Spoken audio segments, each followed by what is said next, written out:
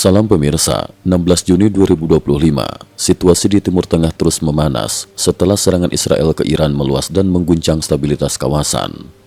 Berbagai kelompok pro-Iran di Timur Tengah kini dihadapkan pada pilihan sulit, bahkan sebagian memilih diam, menarik diri dari konfrontasi, atau justru berbalik arah. Perubahan geopolitik yang terjadi dinilai paling dramatis dalam satu dekade terakhir, menandai babak baru dalam percaturan kekuatan di kawasan. Hizbullah dan milisi Irak memilih diam, menahan diri dari konflik langsung. Laporan terbaru dari Associated Press menyebutkan bahwa Hizbullah di Lebanon, yang selama ini dikenal sebagai perpanjangan tangan Iran di perbatasan utara Israel, tampak memilih langkah diam sejak serangan Israel mulai meluas ke wilayah Iran. Padahal, sebelumnya Hizbullah dikenal sangat vokal dan kerap terlibat dalam konflik bersenjata melawan Israel di wilayah perbatasan.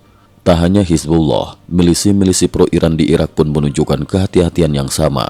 Mereka menahan diri dari aksi balasan besar, diduga karena khawatir akan menjadi target berikutnya dalam daftar serangan Israel. Pengamat militer dan peneliti senior dari Chatham House London, Renard Mansour, mengonfirmasi hal ini. Milisi-milisi di Irak sangat menghindari konflik terbuka. Mereka belajar dari peristiwa terbaru, melihat bagaimana Iran dan Hizbullah menjadi sasaran empuk kekuatan militer Israel. Kini mereka memilih bertahan dan tidak mencari masalah baru, ujar Mansour. Sementara itu, kelompok Houthi di Yaman masih melakukan serangan rudal secara sporadis ke wilayah Israel, namun tekanan strategis yang dihasilkan dinilai sangat minim. Serangan Houthi lebih bersifat simbolik, tidak cukup untuk mengubah keseimbangan kekuatan atau memaksa Israel mengalihkan fokus militernya. Kondisi ini menurut sejumlah analis mencerminkan suasana penuh kehati-hatian di antara kelompok pro-Iran. Masing-masing lebih sibuk mempertahankan eksistensi dan menghindari pukulan balasan yang bisa mematikan organisasi mereka.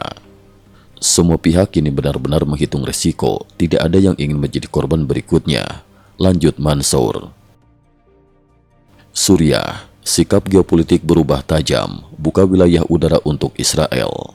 Salah satu kejutan besar justru datang dari Suriah. Pemimpin Suriah Ahmed al-Shara secara terbuka mengumumkan bahwa wilayah udara Suriah kini digunakan untuk melacak dan menembak jatuh drone maupun rudal yang datang dari arah Iran.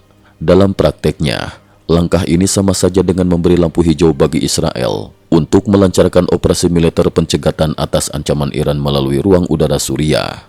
Keputusan Shara ini dianggap sebagai perubahan sikap geopolitik yang sangat signifikan. Selama bertahun-tahun, Suriah dikenal sebagai sekutu dekat Iran dan Rusia dalam berbagai konflik di kawasan. Namun dalam situasi terbaru, Suriah justru memberikan dukungan teknis kepada Israel dalam menghadapi ancaman udara dari Iran. Ini bukan hanya manuver taktis, tapi perubahan strategis yang luar biasa, ujar seorang diplomat Timur Tengah yang tak ingin disebut namanya. Suriah secara de facto kini membantu Israel meminimalisir ancaman Iran di wilayah udara kawasan, dan itu belum pernah terjadi sebelumnya. Langkah Shara dinilai sebagai bentuk upaya menjaga kestabilan internal, mengingat Suriah tidak ingin terseret dalam konflik terbuka antara Iran dan Israel yang justru bisa memicu gelombang serangan balasan di dalam negerinya sendiri. Respon AS, Trump dan Flynn berikan sinyal tegas kepada Iran. Sementara di Amerika Serikat, respon keras kembali disuarakan oleh Presiden Donald Trump. Dalam wawancara eksklusif, Trump menegaskan bahwa Iran tidak akan pernah bisa memenangkan konflik ini. Ia juga mengungkapkan bahwa pihak Iran sempat mengajukan negosiasi damai di masa lalu, namun kesempatan itu telah lewat. Saya dulu memberi Iran waktu 60 hari untuk berunding, namun di hari ke-61, kesepakatan langsung saya batalkan. Kalau Iran mau negosiasi, sekaranglah saatnya, lakukan sebelum semuanya terlambat, tegas Trump, mengisyaratkan bahwa pintu diplomasi hampir tertutup sepenuhnya.